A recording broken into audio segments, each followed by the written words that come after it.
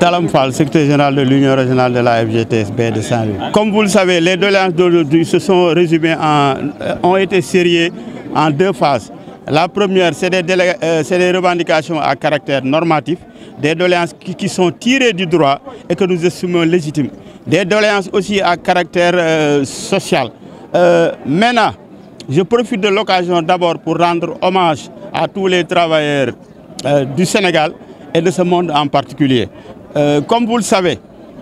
c'est là, depuis 2 ans, nous n'avons pas respecté ce rituel qui est de déposer les cahiers de doléances parce que nous avons constaté que les doléances sont toujours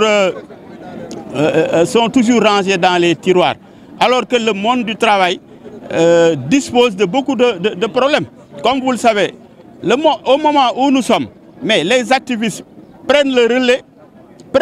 des centrales syndicales et ce qui n'est pas normal. C'est la raison pour laquelle je lance un appel au président de la République, qui fut d'abord un syndicaliste émérite, pour dire qu'il n'est plus question maintenant, comme il le dit, comme il le dit, d'étudier à temps les cahiers de doléances et de satisfaire les doléances des travailleurs. Parce que les travailleurs sont très fatigués. Si vous allez dans le monde, si vous allez par exemple dans le secteur agricole, vous avez vu que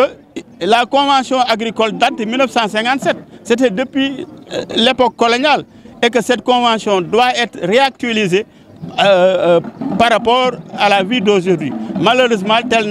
n'a pas été le cas. Et que beaucoup de secteurs bougent. Vous allez aussi au secteur vous avez aussi aux collectivités locales. Vous avez remarqué aussi cette discrimination. Comment se fait-il que des augmentations qui ont été payées depuis 2022 et que les travailleurs des collectivités locales n'en bénéficient pas? Ça, je peux dire que c'est de l'esclavage. C'est de l'esclavage, c'est de la discrimination. Nous interpellons le président de la République dans le plus bref délai de corriger parce qu'on ne peut pas concevoir des augmentations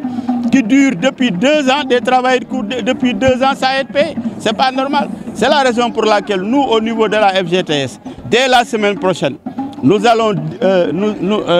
mettre en place un plan d'action pour que vraiment la lutte soit intensifiée, pour que ces travailleurs soient restaurés dans leur dignité. Premier mai, nous rendre hommage d'abord les travailleurs américains qui ont sacrifié leur vie. Sako et Vanzedi. Tay bu li amé ñi ñoo li mo am ñukay fété ci Sénégal di ko fété ci monde bi bis bi yépp tay ñëpp di ko fété di leen rendre hommage di leen ñaanal Yalla tay ñom ñoo tax travailleur amat dignité donc tay kenn mun leen faté bu lolu wéyé ñun dañ ni 1er mai du lekk di naan ak di fecc 1er mai non seulement bisu nakar la mais aussi bisu doléance la ñun nak ren lañu dellu ci mais ñaari at a ngi nii déposé wuñ doléance parce que dañ ni doléance yi nga xam ne da nga koy déposé kenn ko xool amul njëriñ taxul ñu koy déposé donc bu dee folklore bi wala protocole bi ñun bokkatuñ ci moo tax cette fois-ci interpellé nañu l'exécutif régional ni ko à partir de cette année doléance yi dès la semaine prochaine nañ ko étudier parce que bu dul loolu contentieux yi dana gën a bare parce que tey bu fekkee ni da nga déposé doléance comme ren ñu toog ba yu daaw yi 2023 lañ koy étudier léegi loolu mooy indi mooy yokk contentieux yi loolu mooy may aussi doole activistes yi parce que tey bu fekkee ne centrale syndicale yi seen rôle dañ ko dévoyer mais activistes yi jël ko je crois que loolu aussi occasion la bi nga xam ne centrale syndicale yi war nañu xam ni travailleurs yi dañu dagg seen cokof dañuy syndiqué pour ñu leen di défendre nañ défendre travailleurs yi bañ ko bàyyi activistes yi dem nag ci plan d'action yi parce que aussi syndicat mook plan d'action ñoo yem mais gisatuñ leen ci terrain bi gisatuñ leen élection de représentative rek nga leen di gis pour occuper des postes nañ bàyyi loolu nañu xam ni tey yàlla sas nañ ñu war leen a défendre nañ leen défendre te yàlla tax li si des nag ñu ngi interpellé président bu bees bi di ko ñaanal yàlla na àggale parce que ndaw loolu lañ koy ñaanal da ngay wax ni yàlla na àggale di ko wax nag ni liggéeykat yi am nañu yaakaar ci moom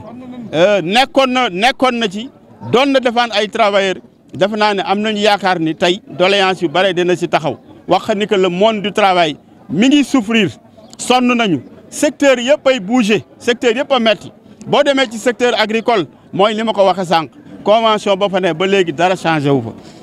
nga dem ci yeneen entreprise yi nga xam ne agricole en difficulté lu mel na par exemple compagnie agricole dafa daan employé ay 1000 travailleurs léegi 50 travailleurs ñoo fa des ñi ngi def ay chômage technique à n'en plus finir parce que mëntuñ dem seen activité dafa nekk à l'arrêt je crois que kooku état bi amoon na benn plan de relance bi nga xam ni daf leen ko promettroon te loolu aussi dana régler problème mu chômage bi à Saint-Louis ñuy interpeller président de la République que ni loolu aussi dossier boobu naka génn ci tiroir yi jàppale waa compagnie agricole parce que bu ko jàppalee aussi jàppale na région de Saint-Louis